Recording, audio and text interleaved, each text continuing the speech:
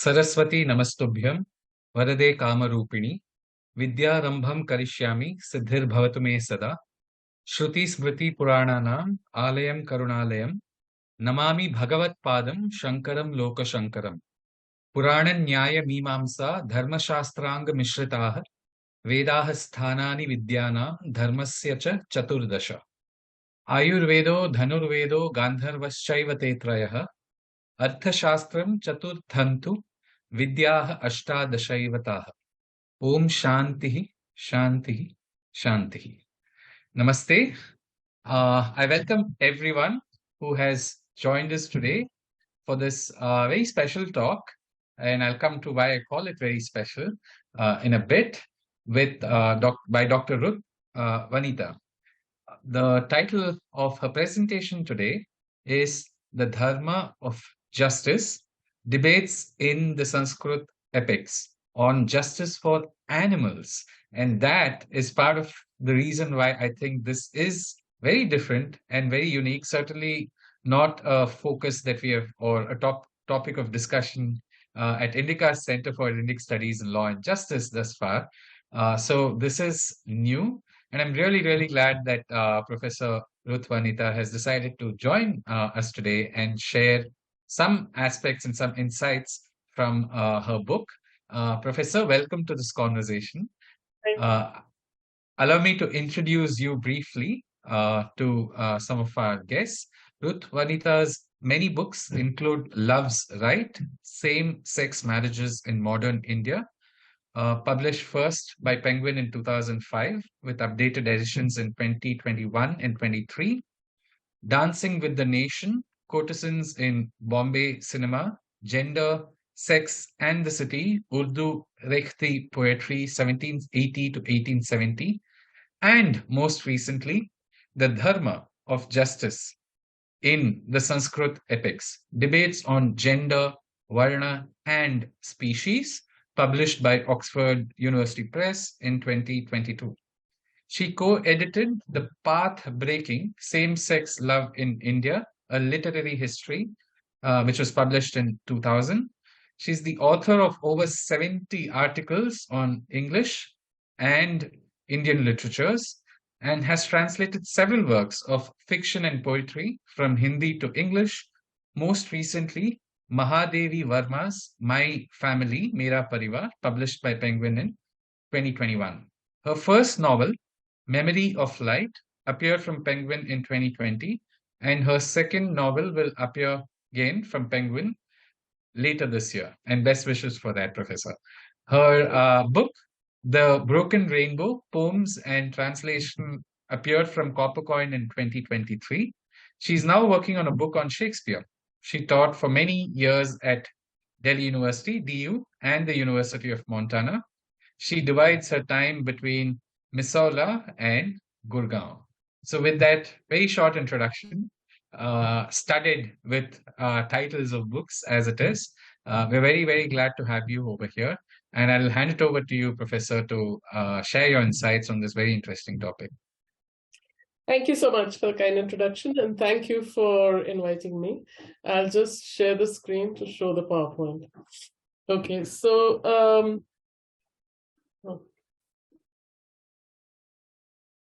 all right. So just to give you a little bit of the background from on which this talk is based. This is the book, and this book is basically about debate. It shows that many characters in the Ramayana and Mahabharata, that includes men, women of all varnas and mixed varna, discuss various topics. Almost everything is up for debate, and that includes animals, women, gender, varna, poverty, age, disability, and so on and so forth. But my main, after moving through many, these are the chapters. So after moving through many subjects, I finally reached the conclusion that the dharma most available to all, as the epics, as many people in the epics presented, is kindness to animals. And why is that? Because no matter how poor or oppressed a human being is, we may not have power over any other human being.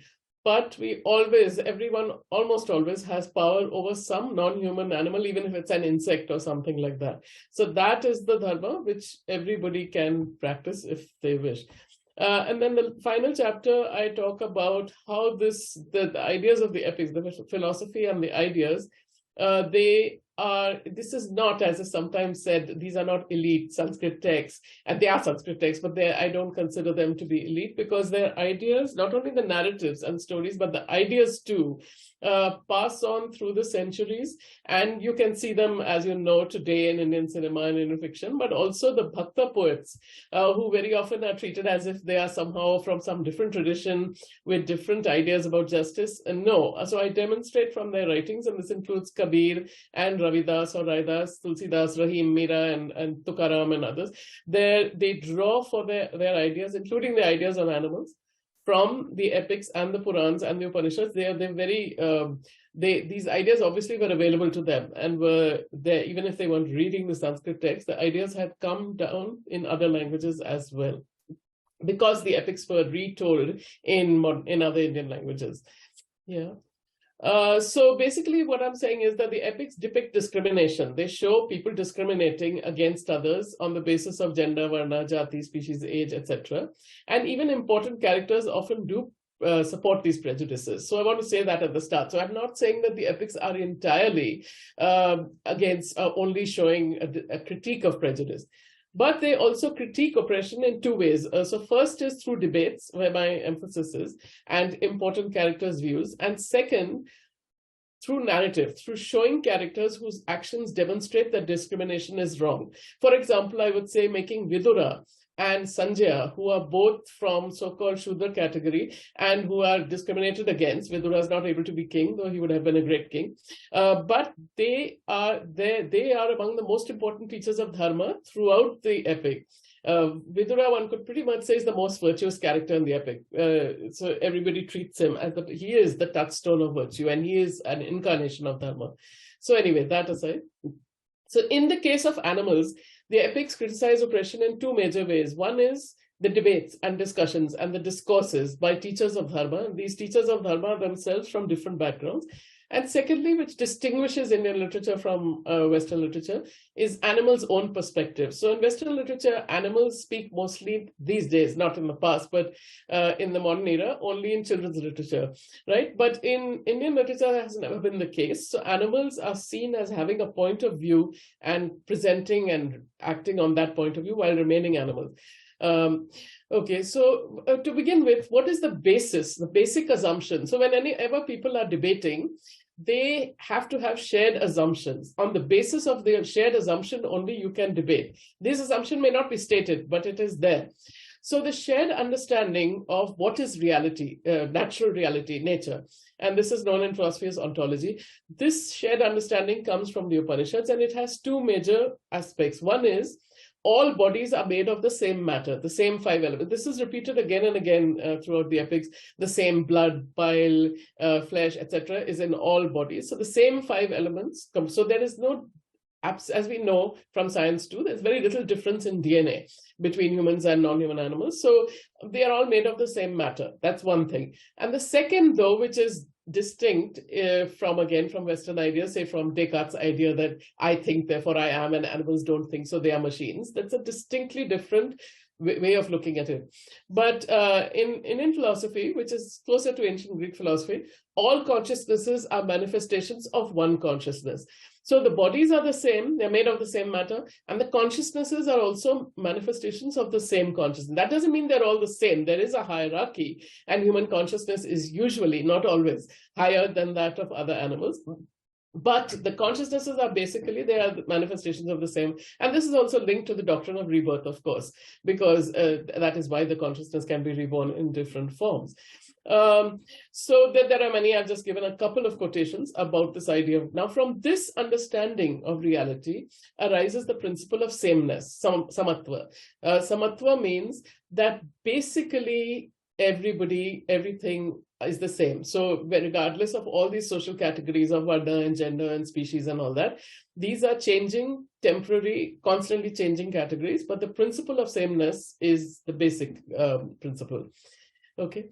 Now we often hear this statement, ahimsa paramo dharma, non-violence is the primary dharma. This Gandhi made it famous. But I was surprised to find that in the Mahabharata, actually, this is a statement made by Bhishma, but in what context?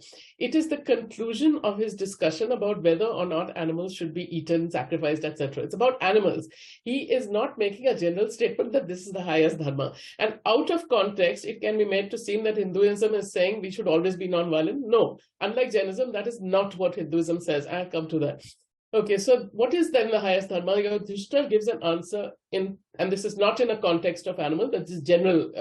When he's asked a simple question, what is the highest dharma? He's asked a series of questions. He says, non-cruelty is the highest dharma. Anishamsyam paro dharma.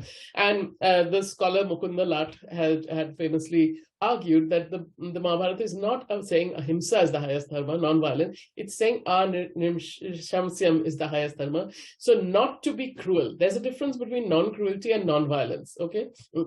So the Mahabharata basically says that as long, many people in the Mahabharata say at different times, as long as you are alive, it's not possible to be absolutely non-violent. Arjuna says, every time we blink, there are myriads of tiny microscopic beings that might get killed by our blinking. Okay, as we know, when we breathe in, when we walk, we are stepping on other beings. So non-violence, absolute non-violence is not possible, but non-cruelty, anishamsya, is possible. Non-cruelty means no unnecessary violence, and it means minimize violence. As far as you can, minimize violence. And this, I think, is a very, very important point, because often if you're a vegetarian, you are asked, oh, what about plants? Don't they have lives? So these are just arguments for the sake of argument. The fact is, of course, there is violence. Yes, killing plants is violent, but that can't be helped. As long as you are alive, there is violence. You have to, what you can do is to minimize it. All right. So now the question that I'm going to look at briefly is three major teachers of Dharma in the Mahabharata. It arises at many points, but I'm looking at only these three major for this point of talk, who ask the question. Basically, the question is it necessary to kill animals? The three main ways in which animals are killed is for food, for sacrifice, and for hunting for sport. And I just want to point out that the word used for eating what is called meat in English is masa, which means flesh, and is different from meat. Meat in English comes from the word meat, literally means food. Literally meat means food. But flesh doesn't mean food. Flesh is the flesh, which is our own flesh as well. So it doesn't make a distinction between human and animal flesh. Anyway, so the three people who discuss this, one is Bhishma, the other is a meat seller. He's described in different ways, but he is a butcher or a meat seller. And the third is a grocer, basically somebody who's running what we would now call a kirana ki dukan. Yeah. And these, so their varnas are different. Bhishma is a kshatriya, the meat seller is a shudra, and the grocer is a vaishya, but they are all three very important teachers of dharma. Okay, so Bhishma, in the course of teaching Yudhishthira and the other Pandavas who are also there, he belongs, of course, to the Kshatriya community. So background makes a difference to how you view things, as I see it in these three ways of teaching. He has grown up in a community which is a hunting and flesh-eating royal community. And he says, he is the one who makes the point that if you have grown up eating flesh, it is the hardest thing to give it up. He says it is nutritious, it is... So he is not making the Western, the modern argument that is good for you. He does say that if you you don't eat flesh, you will be very good looking and long-lived and healthy. But that's not his main argument. He says that it is tasty and it even has some aphrodisiac qualities. It gives you strength and potency. But if you can give it up, that's equal to 100 years of tapasya. So then he goes on to praise giving up eating flesh. He says, one who doesn't eat flesh gives freedom from fear to all beings. In a nice phrase, he says, you become the mother and father of all beings because you are giving them life. And this is the highest dharma, paramam dharma. Then he goes on to say, okay, there are two options. Either eat no flesh, which is the better option. But if you do eat it only the animals that are offered as sacrifice. Now, what does that mean? That means sacrifices for most people, they can't afford to do it every day. And even the kings don't make sacrifices every day. So it'll mean it cuts down the amount of flesh you eat. Secondly, he says that he gives certain periods of the year when flesh should not be eaten, which are corresponding, I think, to the Navratri periods. And through 4 months of the monsoon, you shouldn't eat it. That's already a big part of the year, right? Third of the year. Then he gives a long list of kings who observe these restrictions. And I think it's important that they were kings, because kings can afford to eat flesh every day and at every meal, but they did not for these periods. So that's important.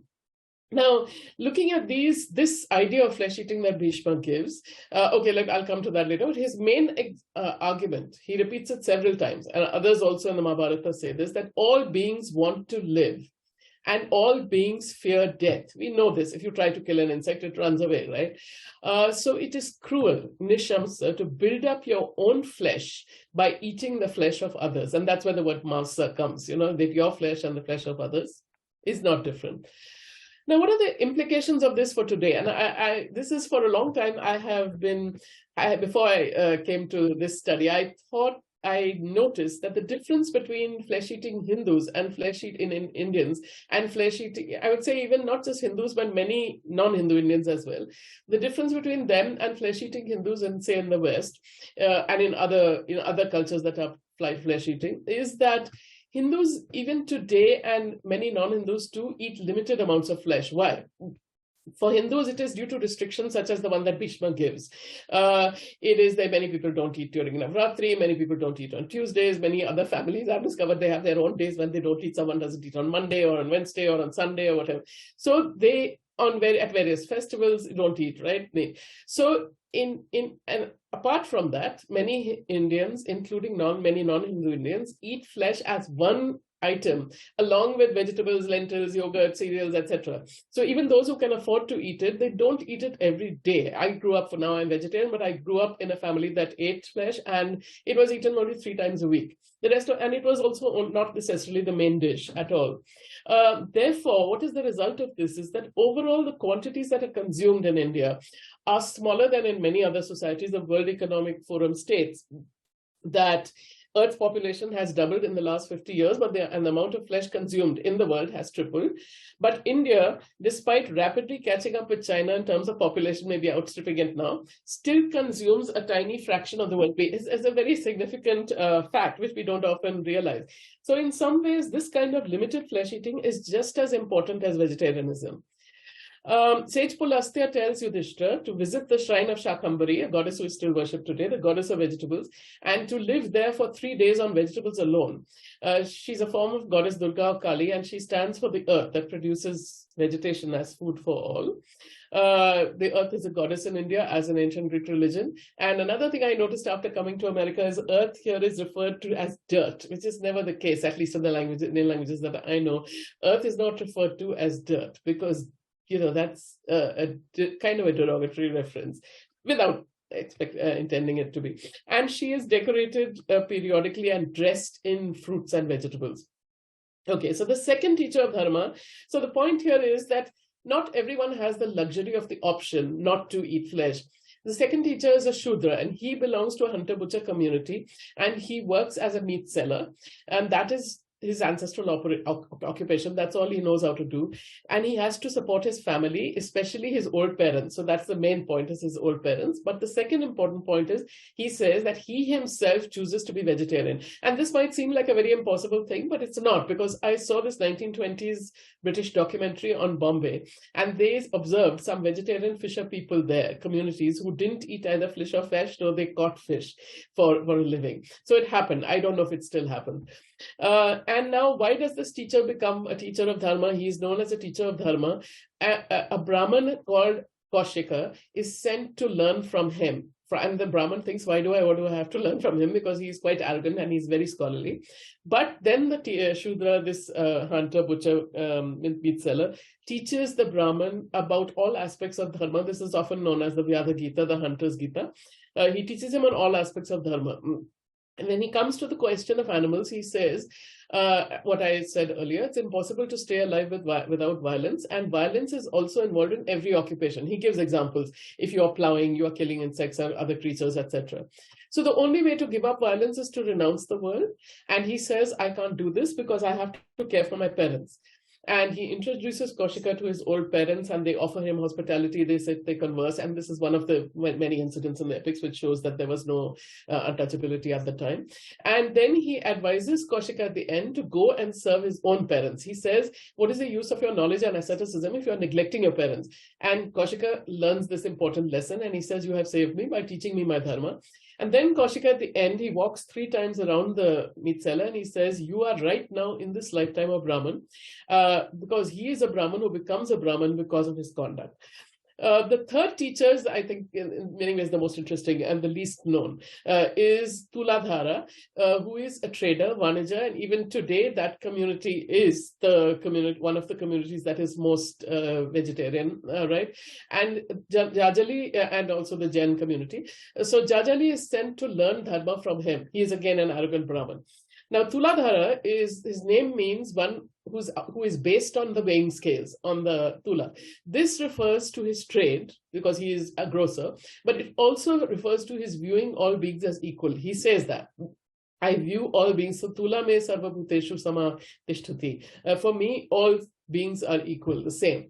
His dharma is based on equality and balance. He is what is known as one of equal vision, samadrishtana, seeing all as the same, regardless of how the society views them. You can see this in the Gita also, this is talked about. He says that the highest dharma is not to injure any living being, and then he qualifies it, to do the minimum possible injury to them. And I think that's very important. It's not possible to not injure any living being, but minimum possible as you can, that's what you should do. And I want to just connect this to the whole idea of power. The epics and the Gita depict demons as tyrannical rulers and tyrannical rulers as demons. I haven't come across any, there may be some example, but there are almost no examples of any demons as poor and helpless. They are almost always powerful and wealthy, or they want to be powerful and wealthy.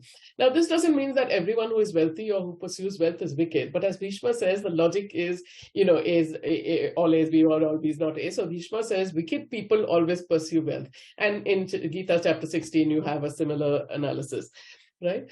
So the core of this shopkeeper's teaching is fearlessness. He says abhaya is the main point of why we should minimize violence. Live in such a way that no creature is afraid of you. When that happens, you will not be afraid of any creature.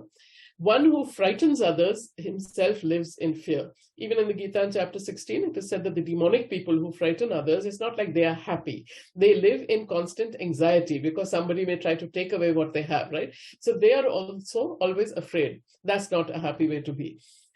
The abhaya, the idea of abhaya, is of course this gesture which is made by all many Hindu, Buddhist, Sikh and Jain figures you see that are worshipped even today, and holding up the hand is the abhaya gesture of be not afraid. And I think this is kind of very different from the Western Abrahamic idea of, not just Western, but the Abrahamic religion's idea of God, which starts with fear. The fear of the Lord is the beginning of wisdom in the Hebrew Bible, and that is adopted by Christians as well. So the idea is you should be afraid of God, whereas in Indic religions, the idea is do not be afraid, right? So one of the grocer's most important statements is about cruelty, and he points out that cruelty to humans and to animals is inseparable. It's one of the very few statements in the text against slavery. He says humans make other humans slaves and enjoy the results. They kill them, they tie them up, they restrain them. They do this to humans as well as to animals, make them work day and night.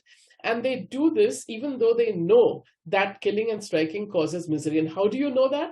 Everybody knows that because the gods dwell in the 5 senses of all beings. Because we have the same senses, humans have the same senses as other humans and as animals. We know from our own experience that killing, hitting, restraining, and so on, making some overworking causes misery, but you still do it. Okay, so his point here is that cruelty to humans and animals, or that's what I get from it, is inseparable. And this is a point I think often missed by a lot of modern social justice campaigns, which ignore animals and say things like you shouldn't treat humans are being treated like animals, which means that it's okay to treat animals like that, but not okay to treat humans like that. And I feel that all such campaigns for justice are doomed to not succeed. It's not possible to be cruel to animals and then to be kind to all humans. That's just not possible. That's not the way it works. And I'm not the first to say this, of course. The poet Percy Shelley said the same thing. These are inseparable. You cannot, either you practice kindness or you practice cruelty. You can't separate these things.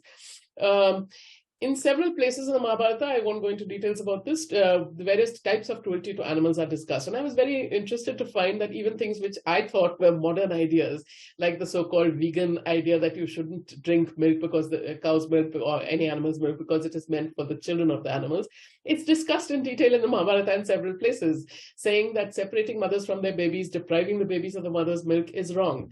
Sometimes it's discussed in detail and other times just in passing. Like in passing, Bhishma is telling a king, don't overtax your subjects. And he says a kingdom should not be overmilked.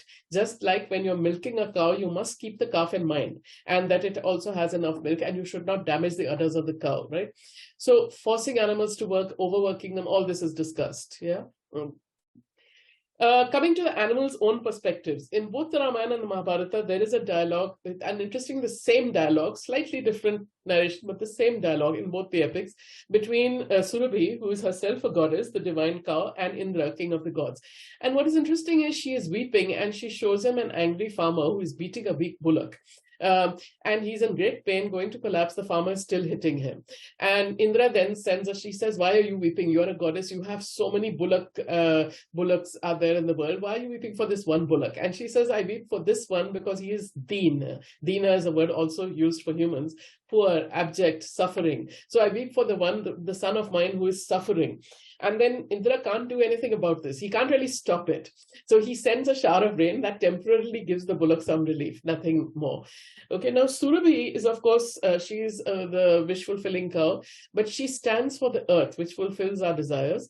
She represents nature as well and all the creatures in it, and all the gods and goddesses are therefore contained in her. Yet even she, who is so powerful, cannot prevent this cruelty to animals. That's I think the interesting point here, that the goddess is herself powerless and Indra too is powerless to stop this cruelty. There's this, the 20th century Hindi writer Mahadevi Verma. She is a great poet, but also a great prose writer. And I just translated her work, My Family, Mera Parivar. And what she calls her family is her animal companions. That's what she means by her family.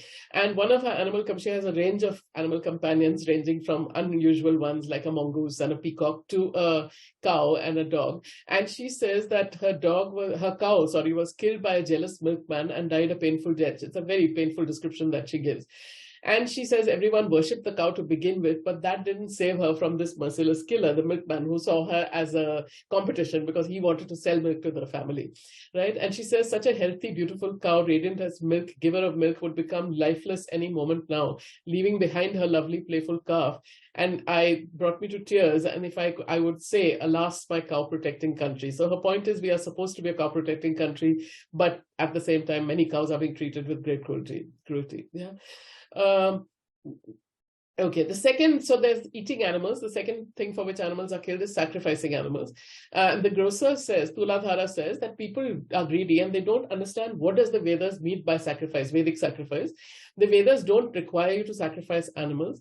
And he interestingly introduces the word puja here, which appears also in the Gita. And he says that what is happening here is a shift from the kind of yagya where you sacrifice animals towards the kind of puja practiced today, which is already happening at the time. And he says the gods can be worshipped in many ways, with plants, for example. And he also discusses the sacrificial cycle, which the Gita talks about. The gods receive sacrifices and give rain. From that comes food. Then we offer that food to the gods, right?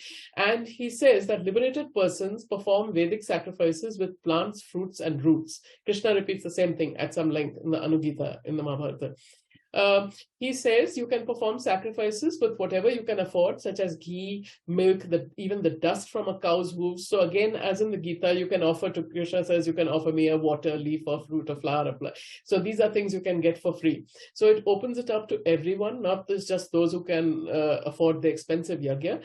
He says you can perform a sacrifice with water, with rice balls, but never with flesh. And then he repeats some of the ideas from the Gita. You don't need to go to a distant river or a mountain. All rivers and mountains are sacred, and the Atman itself is a pilgrimage place. These ideas are repeated, of course, by many later Bhakta poets and are often thought to be their unique ideas, that they say the Atman is in the self. It's not like in Gandhi's favorite song, Vaishnava Jana. That's what is said, right? That Tirtha is in the self. This is an idea that comes from the Mahabharata, among other sources. Coming to the third one is hunting. So in the epics, there is hunting. The rich people hunt for sport, the poor people hunt for food.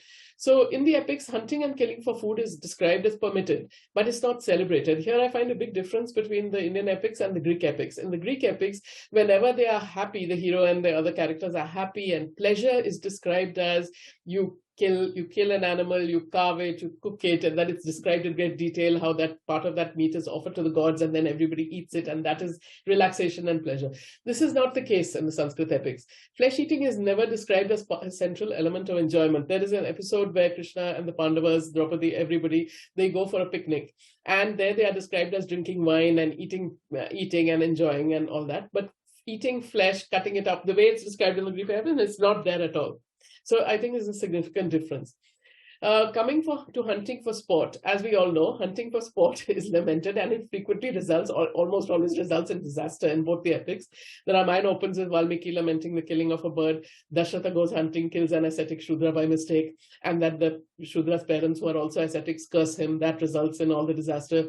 Pandu goes hunting, kills an ascetic disguised as a deer who curses him, and that results in his death and more disaster. Sita insists that Ram should chase the golden deer, either capture it or kill it. That results in disaster. So there are many other instances as well. So summing up all of this, we come to what is called these days the Golden Rule. The Golden Rule is present in the Mahabharata with a significant difference, that the Abrahamic idea of the Golden Rule and the modern Western idea of the Golden Rule is do unto others what you want them to do to you, or don't do unto others what you don't want them to do to you. This is said by the Bible, it's said by the Jewish teacher Hillel, and so on. But it's always only about humans. When it means others, it means your neighbor, who is a human. In the epics, it is the others includes all beings. One should not do that to others which is injurious to one's own self. Vidura tells Dhritarashtra, and many others repeat this. But the epic's view of animals is they are among the others. Their bodies are the same matter, they have the same consciousness, they change, they are aware. And this recurs throughout the epics. And what I'm trying to say is that every time the epics say, what is consciousness? The same consciousness is in all beings. It almost invariably associates it with that golden rule, be kind to all beings. So the two go together. Who are these all beings who all have consciousness? They are all beings, and be kind to all of them. It's in that context that so-called golden rule comes up. And it says, if you see yourself in all beings and all beings in yourself, as the Gita also says, that such a being is Vishnu, is divine, is Vishnu, Mitra, Varuna, and Agni. Yeah. In the Gita too, Krishna repeatedly defines a liberated person, one who is the friend of all beings, Suhridam Sarvabhutanam, right, is engaged in the well-being of all creatures, Sarvabhuteshu Hite Ratah. This is repeated in the Mahabharata too. Mercilessness is the lowest point of a dharma. Demonic people are cruel. Krura, another word for Nishamsya. Their actions are extreme or terrible. Ugra Karma, the same word, Ugrava, which is used today for terrorists, right? He states that killing is a dharma, and abstaining from injuring living beings is the highest dharma. This is elsewhere in the Mahabharata. Krishna says the same thing. Now, these ideas from the epics, as I said, they continued to be influential later. Many Bhakta poets today are quoted a lot for social justice campaigns, but I rarely see them these verses of theirs being quoted.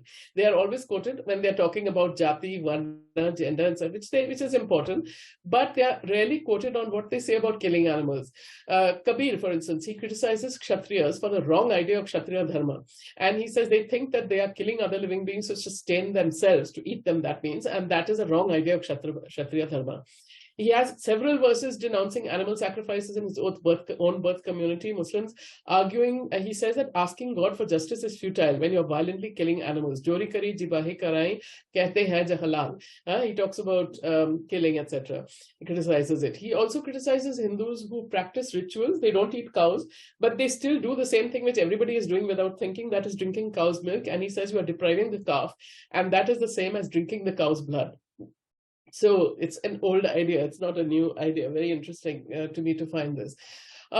Sant Ravidas, who as we know is from a Shudra background also, he, again, usually a meat-eating community, he opposes killing and eating animals. He says, Daya bhava hidde nahi bhakai paraya mas, the same word masa, dena nakahi jaihi sat bhashe Raidas.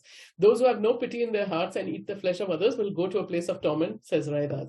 Those who eat goats, so this is for Hindus, but those who eat cows and goats will not reach heaven even if they say namaz day and night. So he is applying here now the logic of his argument is the same as when he denounces jati discrimination, varna discrimination. He says a sage sees the same unseen divinity, Allah, in all and disregards jati. In the same way, God and self is in all beings, therefore one should not kill them. Ik sahib sab mahi. Jiva mat marihi, ik sahib sab mahi. Don't kill any being. The same sahib, the same divine is in all of them. Some of them, all of them have the same atma. Sabamaha ekau atma, dusra ko nahi. There's no other atma. There's only one atman, and that is in all beings. Only one consciousness, one self, right? Then in the Mahabharata and the Ramayana, you also have animals' own perspectives. I gave the example of Suradhi. There are also, of course, animals as teachers. There's Hanuman. There's the great passage, the great element thing in the Ramayana. It's very small, the Kagabhushundi, but Tulsidas in Ramcharitmanas elaborates the Kagabhushundi and, of course, Hanuman. There are also animals protesting against injustice. In some recensions, some versions of the Valmiki Ramayana, there is a dog at the end of the Ramayana who comes, and this is later repeated in other versions of the Ramayana. He comes at the end of the Ramayana and asks for, he barks, he sits outside and barks. So they're not completely humanized. They still remain animals. He sits outside the palace and barks. Bharata goes and says there is a dog. Ram every morning sends Bharata to go outside and see, is there anyone asking for justice? He goes and he says there is only a dog who's barking. So Rama says, bring him in. The dog comes in, and then the dog says that there was a Brahman who I was just lying and sleeping on the pathway. This Brahman came and asked me to move. He kicked me, hit me, and he pushed me out of the way. So Rama calls that Brahman, who is a beggar. So not all Brahmins are rich and powerful then as today.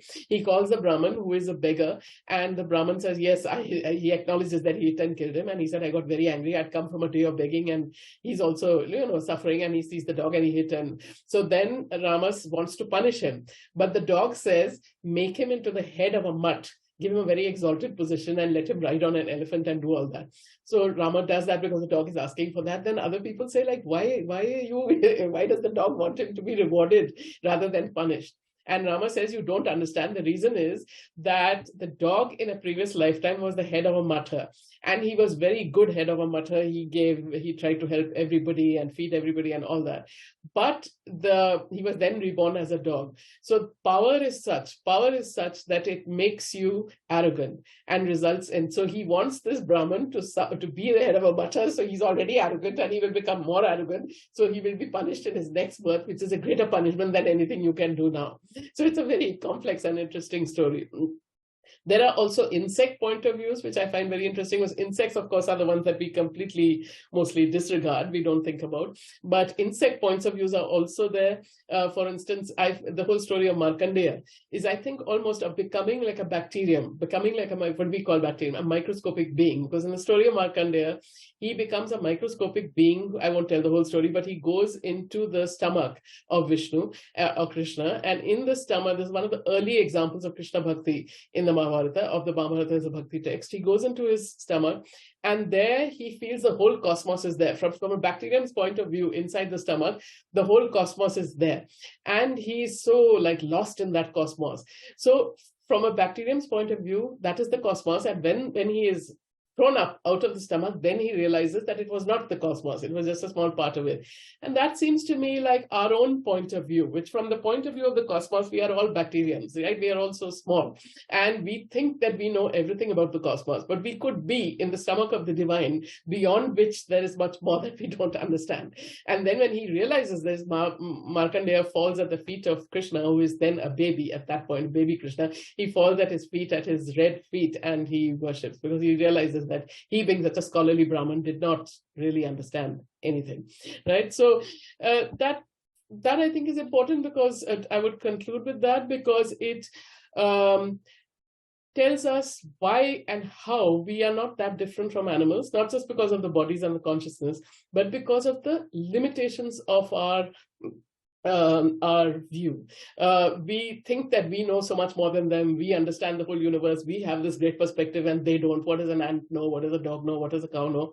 Really, we are really, if you think about it, we are like specks of dust, or as Dante put it, we are like leaves falling from the trees, right? We are, so our understanding of the cosmos is also extremely limited. So, and knowing that if we approach with that point of view, then we see that we are not that much superior to other beings. Okay, so I'll stop there. Thank you. Fascinating. Fascinating presentation, that very nuanced views, if I might say so, bringing out many tensions in the text as well. Great.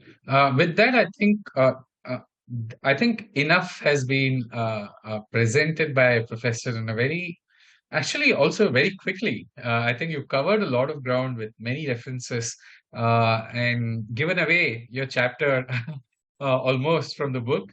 But I think this should prompt people to, for those who found this interesting, let me tell you that this is just some portion of one chapter of Professor's book. And there are many other interesting, important philosophical questions on which Professor throws new, at least insofar as I've seen, new light. And it is totally worth pursuing for people who are interested in the larger idea of dharma in the context of epics and more. With that, Professor, allow me to thank you for making time to join us on our platform and to share your insights so liberally. And I wish you the best for your books that are coming out this year and for your books which are into your second, third, may they go into fifth, sixth, 10th editions. And maybe in the future, we could have you back for another conversation on a topic, that is related to, of course, your books, but related to our focus area as well. With that, once again, thank you very much for making this time. I sincerely appreciate that. Thank you. Thank you so much for inviting me. Bye. Yeah. Namaste.